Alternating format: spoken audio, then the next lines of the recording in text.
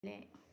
Galing po kami sa Laguna, ayan. Dito po kami dadaan sa Skyway pabalik ng Bulacan.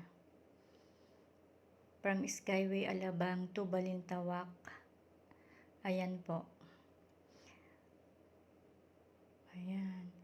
Maganda pong dumaan dito kasi walang traffic. Ayan, walang gaanong sasakyan. Kitang-kita pa po yung mga building dyan sa Metro Manila. Ayan po, nakikita po ang mga building sa Metro Manila. Madadaanan po yung mga building dyan sa may Makati. Ayan. From Alabang to Balintawak ay 41 minutes lang po kami nagbiyahe from south to north. Ano lang po yun, normal lang po yung takbo namin kasi nagbi-video ako. Ayan. Hindi po kami mabilis.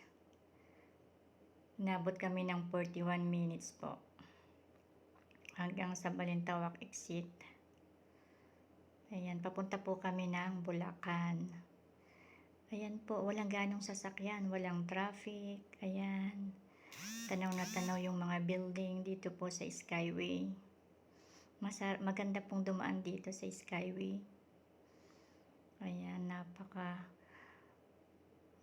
smooth ng takbo namin. Walang ganong sasakyan kasi. Ayan, makikita mo pa yung buong view ng Metro Manila.